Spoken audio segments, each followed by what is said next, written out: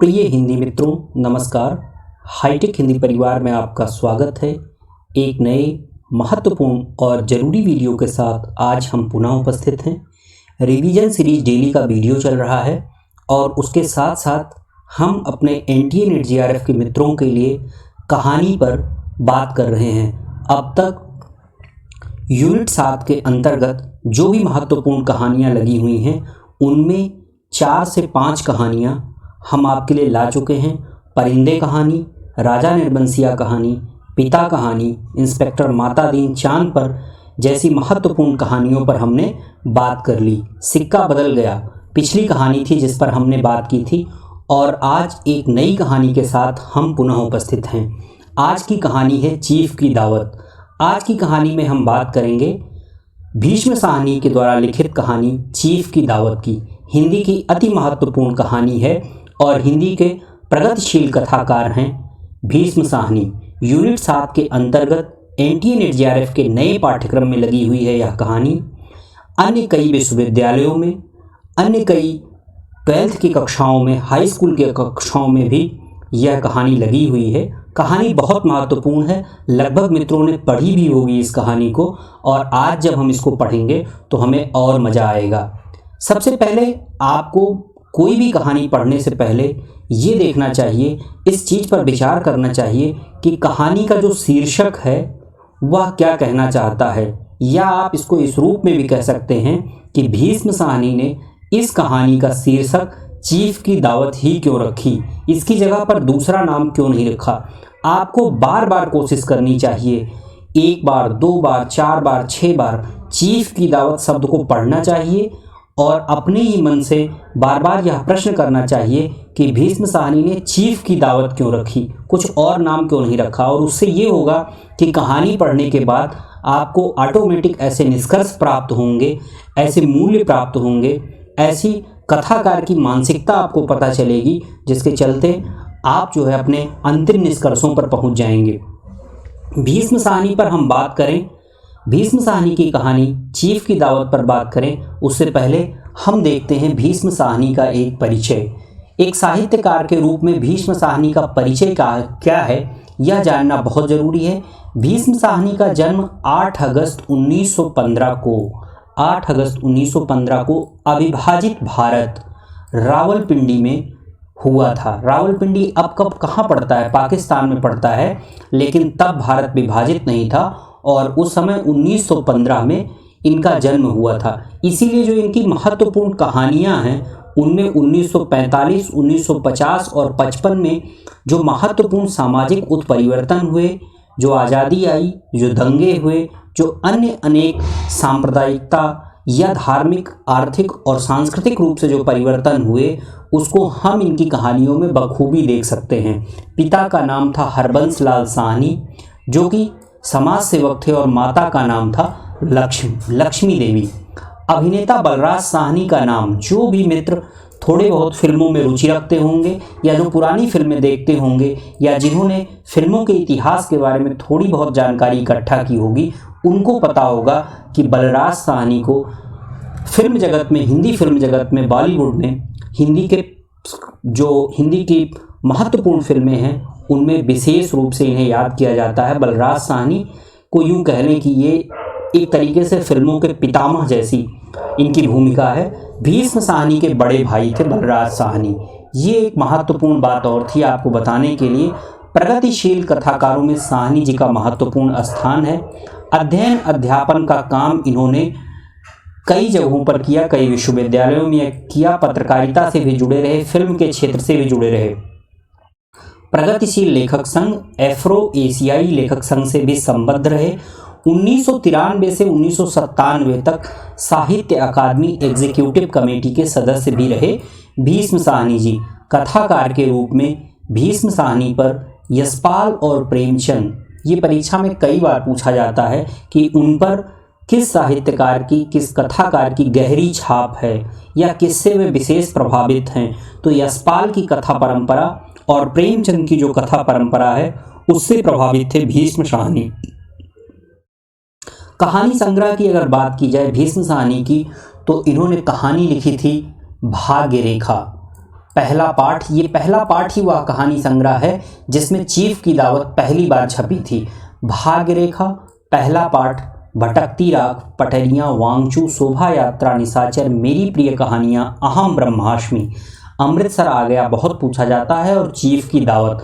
बाद के दिनों में चीफ की दावत एक अलग कहानी संग्रह के रूप में प्रकाशित हुआ उनकी कुछ अन्य कहानियों को लेकर, जब ये कहानी बहुत फेमस हो गई। लेकिन पहले चीफ की दावत पहला पाठ नामक कहानी संग्रह में प्रकाशित हुई थी। उपन्यास की अगर बात करें तो झरोखे इनका महत्वपूर्ण उपन्यास है। कड़ियाँ, तमस एक ऐसा उपन्यास इन्होंने लिखा है विभाजन और सांप्रदायिकता को केंद्र बनाकर। भीष्म साहनी ने एक ऐसा उपन्यास लिखा जिससे ये हिंदी साहित्य में न केवल अमर हो गए बल्कि ये बहुचर्चित और बहुपठित भी हुए। तमस इनका जो उपन्यास है वह बहुत पढ़ा गया हिंदी पाठकों के द्वारा। बसंती, मैयादास की माड़ी, कुंतो, नीलू, नीलिमा, नीलोफर जैसे महत्वपूर्ण उपन्यास लिखे भीष्म साहनी ने। नाटक भी भीष्म साहनी ने खूब लिखे। हानूस, कबीरा खड़ा बाजार में, ये एनटीए नेट जेआरएफ की परीक्षा में बहुत बार पूछा गया है। माधवी भी नाटक पूछा जाता है। गुलेल का खेल, बालोपयोगी कहानियां हैं और मुआवजा। इनमें कबीरा खड़ा बाजार में हानूस और माधवी आप जरूर याद रखिएगा। अन्य प्रकाशन की अगर बात करें तो पहला पथ, भटकती राख, पटरियाँ, शोभा यात्रा, पाली, दया, कड़ियाँ और आज के अतीत, ये कुछ और महत्वपूर्ण रचनाएं हैं उनकी जो अन्य प्रकाशन के तहत प्रकाशित हुई थी। तो ये रहा भीष्म साहनी का एक छोटा परिचय। भीष्म साहनी हिंदी, उर्दू के अलावा संस्कृत, रूसी और पंजाबी के अच्छे जानकार थे। आप देखिए, एक जो बड़ा साहित्यकार होता है, बड़े फलक का और बड़े आयाम का जो व्यक्तित्व रखता है, वह साहित्यकार किस रूप में समादृत होता है। भीष्म साहनी न केवल हिंदी बल्कि अंग्रेजी, उर्दू, संस्कृत, रूसी और पंजाबी भाषाओं पर समान अधिकार रखते थे। मार्क्सवाद से प्रभावित होने के कारण भीष्म साहनी ने समाज में व्याप्त आर्थिक विसंगतियों के त्रासद परिणामों को बड़ी गंभीरता से अनुभव किया था और अपनी कहानियों में चित्रित भी किया था। लोक गीतों और लोक जीवन के मर्मज्ञ थे भीष्म साहनी जी। जो उनकी कहानी चीफ की दावत है उसको भी अगर आप पढ़ेंगे तो उसमें आपको लोकगीत मिलेगा। भीष्म साहनी को उनकी तमस नामक कृति पर साहित्य अकादमी पुरस्कार 1975 में मिला। तमस, ये याद रखिएगा, तमस जो उनका उपन्यास है उस पर उन्हें साहित्य अकादमी मिला। उन्हें शिरोमणि लेखक सम्मान पंजाब सरकार के द्वारा 1975 में, लोटस पुरस्कार एफ्रो एशियन राइटर्स एसोसिएशन की ओर से 1970 में और सोवियत लैंड नेहरू पुरस्कार 1983 में प्रदान किया गया। नागरिक सम्मान पद्म भूषण से 1998 में सम्मानित किए गए थे भीष्म साहनी। तो ये कुछ महत्वपूर्ण बातें थी भीष्म साहनी के बारे में।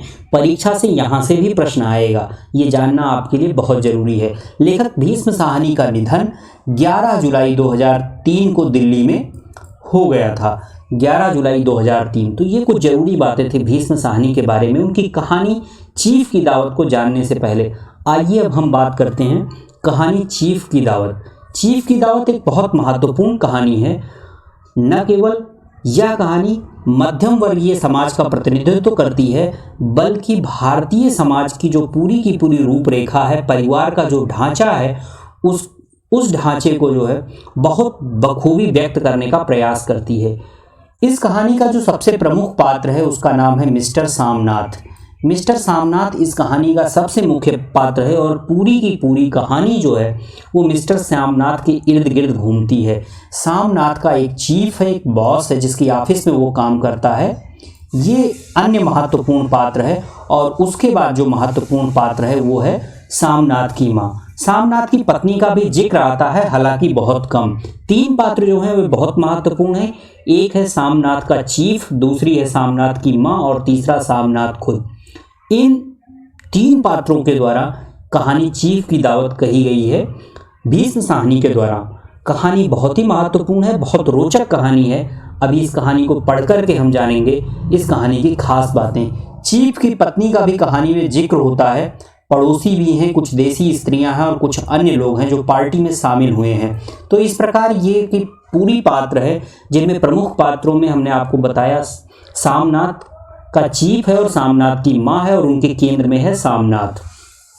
पूरी कहानी इसी के इर्द गिर्द बुनी गई है, रची गई है। गौड़ पात्रों के अंतर्गत चीफ की पत्नी है, कुछ पड़ोसी हैं और कुछ देसी स्त्रियां हैं। नाम किसी का नहीं है, सिर्फ एक नाम है सामनाथ। ना सामनाथ की माँ का नाम दिया गया है और न सामनाथ के चीफ का नाम दिया गया है। आइए इस कहानी में देखते हैं खास क्या है। इस कहानी का प्रकाशन भीष्म साहनी के पहला पाठ, हमने आपको बताया पहले भी कि पहला पाठ नाम का जो इनका कहानी संग्रह है उसमें चीफ की दावत भीष्म साहनी द्वारा रची एक महत्वपूर्ण कहानी है। मध्यम वर्गीय समाज के खोखलेपन और दिखावटीपन को दर्शाया गया है इस कहानी में। कहानी तत्कालीन और सामयिक दोनों ही समयों में पूरी तरह प्रासंगिक है। यानी कि ये जो कहानी लिखी गई थी जिस समय, उस समय जितनी महत्वपूर्ण थी और आज के समय में भी ये उतनी ही महत्वपूर्ण है। सामनाथ जो है ये दफ्तर में नौकरी करता है और धीरे धीरे उच्च पद पाने की महत्वाकांक्षा रखने लगता है। महत्वाकांक्षी है श्यामनाथ। अपनी महत्वाकांक्षा को पूरी करने के लिए वह विदेशी चीफ की खुशामदी भी करता है। क्या करता है? बटरिंग करने लगता है वो अपने चीफ की, और उसी में वह क्या करता है, चीफ को अपने घर दावत पर आमंत्रित करता है। सामनाथ चीफ को अपने घर दावत पर आमंत्रित करता है। सामनाथ के घर उसकी पत्नी और बूढ़ी माँ है, परंतु वह अपनी माँ की अनावश्यक सामान की तरह उपेक्षा करता रहता है। वह अपनी निरक्षर और बूढ़ी माँ को कहीं छुपाना चाहता है।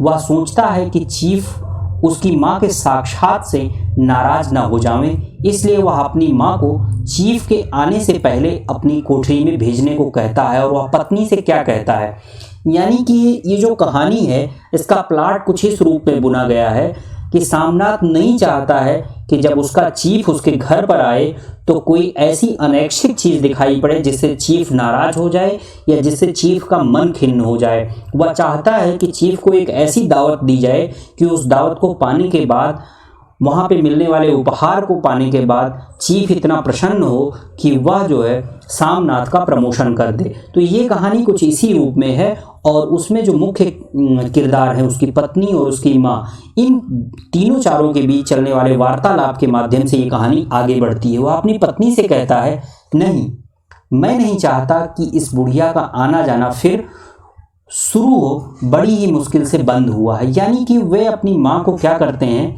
वे चाहते हैं कि किसी बगल की पड़ोसी के घर भेज दिया जाए, ऐसा तर्क देती है उसकी पत्नी। लेकिन जो सामनाथ है उसका सामाजिक व्यवहार आप देखिए कि वह नहीं चाहता है कि उसके घर कोई भी आए जाए, इसलिए वह कहता है कि अगर उसकी माँ जो है पड़ोसी के घर जाएगी तो पड़ोस की जो बुढ़िया है वह भी उनके घर आएगी, और सामनाथ ये चीज़ नहीं चाहता है। माँ से कहो कि जल्दी से खाना खाकर शाम को ही अपनी कोठरी में चली जावें, ताकि मेहमान 8 बजे आ जाएंगे और इससे पहले ही वे अपना सारा काम निपटा लें। इस प्रकार की बातचीत होती है सामनाथ और सामनाथ की पत्नी के बीच में। सामनाथ अपनी पदोन्नति के लिए अपनी माँ को अकेलेपन का शिकार बना देता है। वह माँ के लिए क्या करता है, उसको पड़ोसी के घर नहीं भेजता है और बाद में वह कुछ ऐसी व्यवस्था करती है जिससे माँ उस पूरे के पूरे आयोजन में, जो पूरी पार्टी हो रही थी उसके घर में, उस घर में रहने के बाद भी वह उस कार्यक्रम में शामिल नहीं होती है और अकेलेपन का शिकार हो जाती है। मिस्टर सामनाथ अपने माँ के बलिदान को फर्ज बताता है। मिस्टर सामनाथ माँ को लेकर किसी भी प्रकार की जिम्मेदारी नहीं समझता है। एक महत्वाकांक्षी अग्रणी पीढ़ी का, एक जो पुरानी पीढ़ी है उसको लेकर के सोच क्या है, माँ बाप को लेकर के सोच क्या है, ये सारी बातें चीफ की दावत कहानी में भीष्म साहनी ने दिखाने का प्रयास किया है। बड़े होते बच्चे माँ बाप के त्याग को भूलने लगे, ये दिखाया गया इस कहानी में। तार्किकता और निस्वार्थ उन पर इतना हावी है कि वे अपने बुजुर्गों के प्रति कृतज्ञ होते जा रहे हैं। मतलब बुजुर्गों ने जो भी किया है, घर में माँ बाप ने जो भी किया है उन बच्चों के साथ, उसको वे भूलते जा रहे हैं, उस पर वे ध्यान नहीं देते हैं, उसके लिए वे उनका धन्यवाद ज्ञापन नहीं करते हैं, बल्कि उसको लेकर के वे कृतज्ञ होते जा रहे हैं। मिस्टर सामनाथ माँ को जब पड़ोसी के घर नहीं भेजता तो उसे कुर्सी पर बैठना सिखाता है। वह कहता है कि जब पार्टी शुरू होगी तो आप क्या करना, बरामदे में कुर्सी पर बैठी रहना। माँ अभी तक कुर्सी पर कभी नहीं बैठती थी, तो इसलिए उसे कुर्सी पर बैठना भी नहीं आता था, और ख़ास करके एक जो फॉर्मल वे होता है कुर्सी पर बैठने का, उस तरीके से माँ कुर्सी पर नहीं बैठती है, क्योंकि वो जो सामनाथ है वह अपनी माँ से बातें भी कम करता है, और जब बात करता था तो सिर्फ और सिर्फ निर्देश के तहत ही बात करता था। आज जब उसका बॉस आने वाला है तो वह अपने माँ को राजी करने का प्रयास करता है। सामनाथ ने माँ को हिदायत भी दी। देखिए, एक तरफ वो प्यार से भी बात कर रहा है और ना मानने पर वह उनको हिदायत भी दे रहा है कि जब चीफ आए तो उनसे क्या करना, बात कर लेना। परंतु माँ ने अपनी असमर्थता प्रकट की। मैं ना पढ़ी न लिखी बेटा, मैं क्या बात करूँगी। तुम कह देना कि माँ अनपढ़ है, वह जानती समझती नहीं है, वह नहीं पूछेगा। इस प्रकार की बात माँ करती है। लेकिन सामनाथ को लगता है कि अगर वह अपने बॉस को यह बताएगा कि उसकी माँ अनपढ़ है तो बॉस कहीं बुरा ना मान जाए। इसलिए वो अपनी माँ से कहता है कि तुम उससे बात करने का प्रयास करना।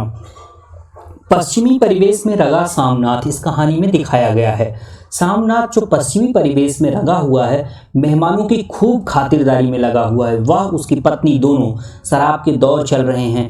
जब सब खाना खाने के लिए चीफ के साथ बरामदे से गुजर रहे होते हैं तो वे क्या देखते हैं, वहाँ एक ऐसी घटना घटती है जो अवांछनीय होती है। वह अपनी माँ को सही जगह कुर्सी पर बिठा गया था, लेकिन जब वह उस रास्ते से गुजर रहे होते हैं बरामदे से उसके सारे मेहमान, तो वह देखता है कि माँ जो है वो कुर्सी पर ही सो गई हैं। माँ के कुर्सी पर लुढ़कने पर देसी महिलाएं हंसती हैं। यहाँ क्या दिखाया गया है, ये देसी महिलाएं हंसती हैं। आपको जब कहानी आप पढ़ेंगे तो देसी महिलाएं लिख करके भीष्म साहनी जी ने 3-4 बार इशारा ये किया है कि जो आज़ादी के बाद भारत में मध्य वर्ग पनपा, वह मध्य वर्ग अपना जो उसका स्वैच्छिक निजी जीवन है, सहजता का जीवन है, उसको ना जी करके दिखावे का जीवन जी रहा है। भीष्म साहनी ने कहानी में ये दिखाने का प्रयास किया है कि सबके घर बूढ़ी माएँ या बूढ़ी महिलाएं हैं, लेकिन जब सामनाथ के घर लोग उसकी माँ को कुर्सी पर लुढ़कते हुए और सोते हुए देखते हैं तो वे महिलाएं हंसती हैं। जबकि जो चीफ है वो बिल्कुल संयत है, वह नहीं हंसता है क्योंकि वह विदेश से आया हुआ है और उसे संस्कारों का बेहतर तरीके से ज्ञान है। लेकिन जो मध्यम वर्गीय समाज की महिलाएं हैं उनको ऐसा लगता है कि इस बात से सामनाथ की बेइज्जती हो रही है और उस बेइज्जती पर वे क्या करती हैं, हंसती हैं। और सामनाथ माँ को हाथ मिलाने को कहता है, लेकिन चीफ जो है चीज़ों को संभालता है। और जब चीफ पूछ लेता है कि ये कौन है, तो फिर सामनाथ जो है अपनी माँ से परिचय कराता है। चीफ जो होता है वह गांव के लोगों को बहुत पसंद करता है। ये बात उसको तब पता चली सामनाथ को जब चीफ जो है उसकी माँ से मिल लेता है। चीफ ने सामनाथ को बताया। चीफ ने पूछा कि तुम्हारी माँ तो गीत गाती भी होंगी और नाचती भी होंगी। या कहते हुए चीफ ने माँ को अपने प्यार और अपनेपन की भावना से देखा। सामनाथ ने अपनी माँ को चीफ के लिए गाना सुनाने का आदेश दिया, परंतु माँ ने अपनी विवशता प्रकट की। सामनाथ ने कहा कि माँ, मेहमान का कहा नहीं टाला जाता। यानी कि यहाँ ये दिखाया गया है कि वह सामनाथ जो अब तक अपनी माँ से ठीक से घर में बात भी नहीं कर रहा था, चीफ को खुश करने के लिए वह अपनी माँ से न सिर्फ गाना गाने के लिए कहता है बल्कि उनसे फुलकारी के बारे में जब चीफ पूछता है कि पंजाब में बनने वाली फुलकारियाँ क्या तुम्हारी माँ बना लेती है या क्या यहाँ बनता है, तो उस पर सामनाथ जो है अपनी माँ से फुलकारियों के लिए कहता है। चीफ ने माँ के हाथों की बनी फुलकारियाँ देखी तो उसे बहुत पसंद आई। चीफ को जो है माँ ने अंदर से ला कर के फुलकारी दिखाई, जो पुरानी फुलकारियाँ उसके पास रखी थी उनको उसने दिखाया तो चीफ बहुत प्रसन्न हुआ। सामनाथ ने अपनी स्वार्थ पूर्ति के लिए साहब को नई फुलकारी बनाकर देने का वायदा किया। यह फटी हुई है साहब, मैं आपको नई बनवा दूंगा। माँ बना देगी। क्यों माँ?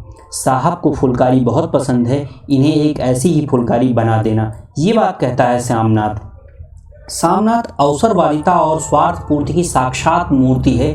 ये कहानी में आपको देखने को मिलेगा जब आप कहानी पढ़ेंगे। परंतु विडंबना की बात तो यह है कि जिस माँ को वह अपनी तरक्की में बाधक समझता था, वही माँ उसे लग रहा है कि आज तरक्की दिलवा रही है। तो इस प्रकार की अप्रत्याशित घटनाएं और रोचक घटनाएं इस कहानी में घटती हैं। जैसे ही दावत आरंभ होती है, माँ कोठरी में चली जाती है और अपनी कोठरी में बैठकर जोर जोर रोने लगती है। दावत होते ही सभी मेहमान चले गए। उनके जाने के बाद सामनाथ अपनी माँ के पास आया।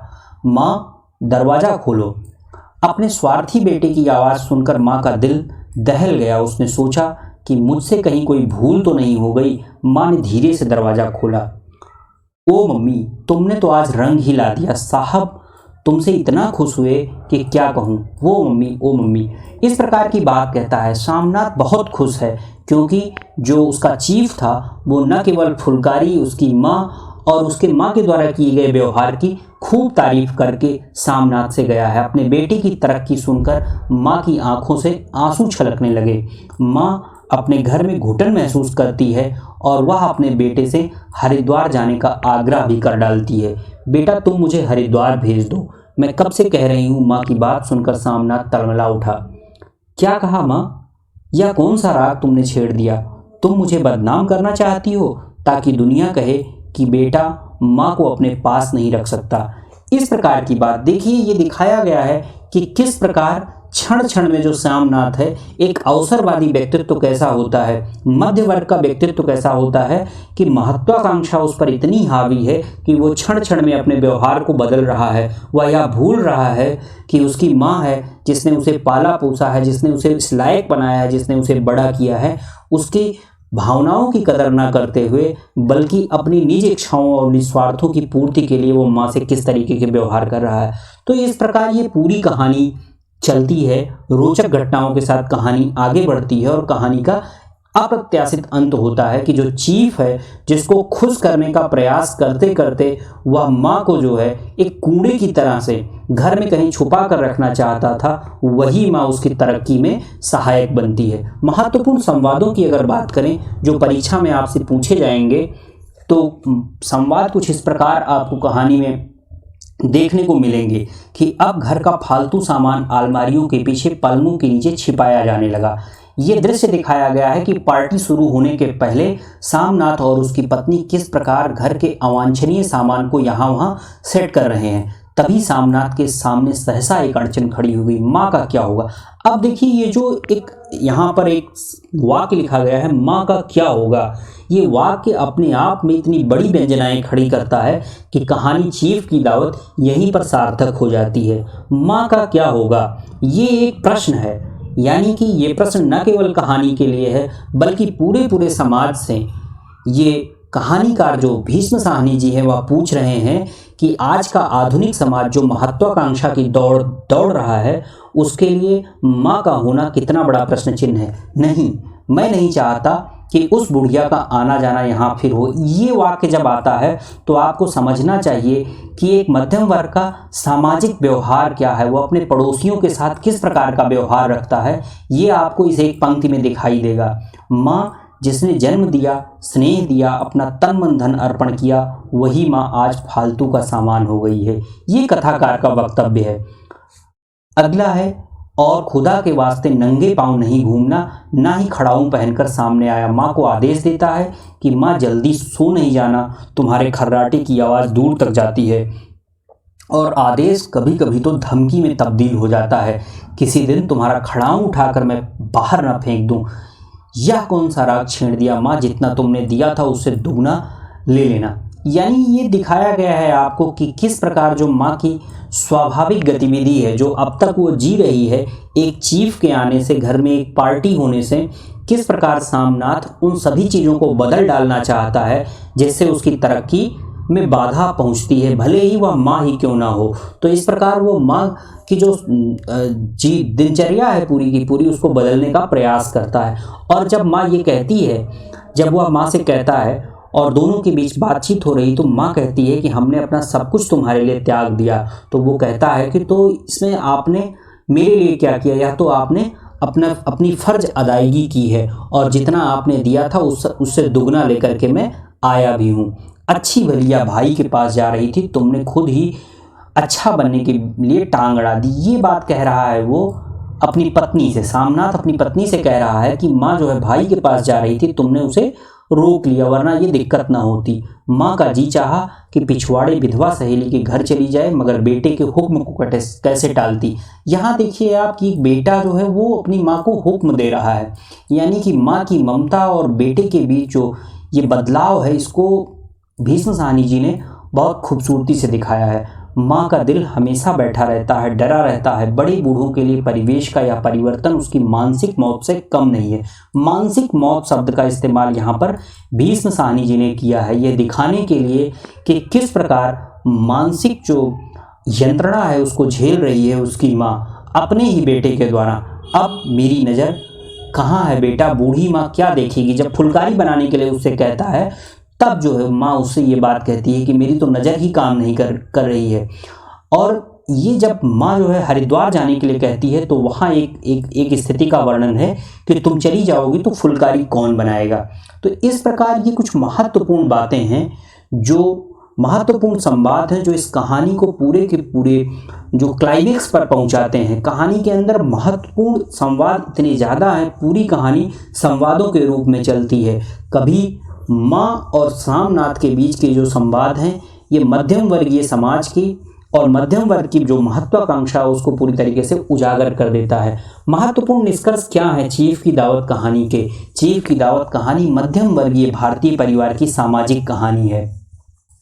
क्या दिखाया गया है इसमें? एक मध्यम वर्गीय भारतीय परिवार और उसका समाज चित्रित किया गया है। आधुनिक स्वार्थपरक पीढ़ी का सामाजिक और आर्थिक मूल्यांकन इस कहानी में किया गया है। लोकगीत और लोक संस्कृति का बखूबी प्रयोग किया गया है। लोकगीत जो उसकी माँ सुनाती है आपको कहानी में मिल जाएगा, और लोक संस्कृति के रूप में फुलकारी का जो प्रयोग दिखाया गया है या उसकी माँ जो फुलकारी बनाती है, ये दोनों बातें ये बताती हैं कि जो लेखक है भीष्म साहनी वह अपने परिवेश को लेकर के कितना सजग है, अपने लोक को लेकर कितना चिंतित है, और अपनी कहानियों में उसका न केवल चीफ की दावत बल्कि अन्य जो भी कहानियां हैं भीष्म साहनी उनमें बखूबी लोक संस्कृति का प्रयोग करते हैं। माँ के ममतामयी रूप, आचरण और शारीरिक व्यवस्था को कहानी में आप देखेंगे कि माँ ने जो है वो अपने बच्चे की इच्छा को रखने के लिए क्या क्या नहीं किया है, किस प्रकार के आचरण करती है, लेकिन शारीरिक व्यवस्था जो है उसकी उम्र ढल गई है और इस उम्र में जो मानसिक यंत्रणा झेल रही है उसका चित्रण भी कहानी में किया गया है। मानवीय मूल्यों के क्षरण, रिश्तों में अगंभीरता और समाज जीवन में परिवार का ताना बाना किस प्रकार टूटता, बनता और बिगड़ता है उसका चित्रण इस कहानी में किया गया है। मध्यम वर्गीय समाज की महत्वाकांक्षा, अवसरवादिता और भारतीय मूल्यों के प्रति खींचती आस्था का भी बखूबी चित्रण किया गया है कहानी चीफ की दावत में। इसके अलावा कहानी चीफ की दावत के अलावा कहानी राजा निर्बंसिया कमलेश्वर की, इंस्पेक्टर मातादीन चांद पर कहानी हरिशंकर परसाई की, कहानी परिंदे निर्मल वर्मा की हम अब तक ला चुके हैं। इन कहानियों पर आपको अपनी राय देनी चाहिए, इन कहानियों को आपको देखना चाहिए। कहानी की समीक्षा, कहानी की विवेचना और महत्वपूर्ण तथ्य आपको कैसे लगे ये आप कमेंट करके हमें ज़रूर बताइएगा। तो ये रहा आज का पूरा वीडियो। अगला वीडियो हम बहुत शीघ्र लेकर के आएंगे आपके सामने। तब तक